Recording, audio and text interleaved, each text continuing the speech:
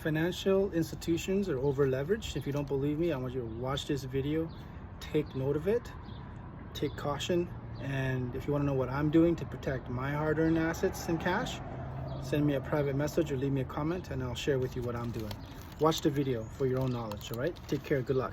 Bankers are running scared right now. While you were busy enjoying your weekend, and I certainly hope you were, stuff is hitting the fan in the United States banking system right now. They are trying to keep it quiet to protect themselves, not to protect you. I repeat, they are trying to keep this hidden from you to protect themselves, not you. And it's going to be a bloodbath if you're not prepared.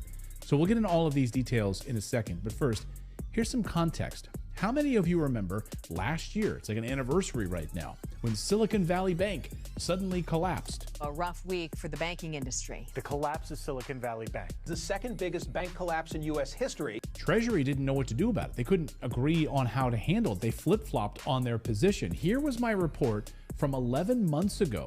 Here you can tell I hadn't slept much. I was watching all of this crap hit the fan. I mean, look at my beard, for crying out loud. It is bad. So this morning, we had Janet Yellen, the Treasury Secretary, come out and say one thing, and then a few hours later, sources saying now that the Treasury is going back on that and going to say something completely opposite. You know that's bad news. Within the same few hours, there's a major pivot on monetary policy. So can Treasury handle it when it's a seemingly isolated incident? Perhaps.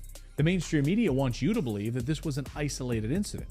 Here was CNBC this week saying, well, it seems that all Silicon Valley Bank fallout was just an isolated incident, nothing to worry about. It was more of a one-off than it wasn't it, Leslie? Yeah, it's kind of remarkable, Joe. I think we could probably say that, although, of course, we're seeing cracks form once again a year later. You can't make this up. Hours after that CNBC report hit, New York Community Bank, on the verge of collapse, announced it's receiving bailout money to stay afloat. Bailout money? I thought we were done with bailouts. Oh, but no, we aren't. A struggling regional lender, New York Community Bank, is receiving a, billion-dollar lifeline from several groups, including one involving former Treasury Secretary Steve Mnuchin. So, isolated incidents? Nothing to see here? Do they think you're stupid? It wasn't isolated at all to Silicon Valley Bank. Signature Bank collapsed then in March of 2023, and then First Republic collapsed in May of 2023. And now this. Gerald Celente, who founded the Trends Journal, has been forecasting the collapse of these banks over the past year, and he says we are being played like fools. It's already happening with the New York bank over here. They're going to make up something. They're going to make up something. And again, they say that they're covered for $250,000. You're not going to be covered for anything. This thing is going to go down big. There's no stopping it. So New York Bank is one thing, but again, what happens when they all start failing? Sounds crazy, right? All the info you need, though, to see it is right in front of us right now. The banks are going to go bust. They're going to call like a bank holiday or something.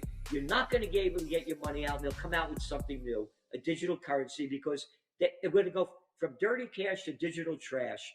Treasury Secretary Janet Yellen warned the Senate Banking Committee 3 weeks ago that this was coming. Asked about all of these commercial mortgages that were about to come due, will we see bank collapses, she was asked? So there is concern that in stressful market conditions, we could see the failure of one of these. And as you said, this has become very, very significant. So Yellen says, quote, I hope and believe that this will not end up being a systemic risk to the banking system, end quote, at this meeting in February. So she hopes? Hoping is a good strategy, right? Yes, banking collapses are coming. And now the latest bombshell from the Fed this week. Jerome Powell admitting the terrible truth in front of Congress. Bank failures are coming, and he is preparing you.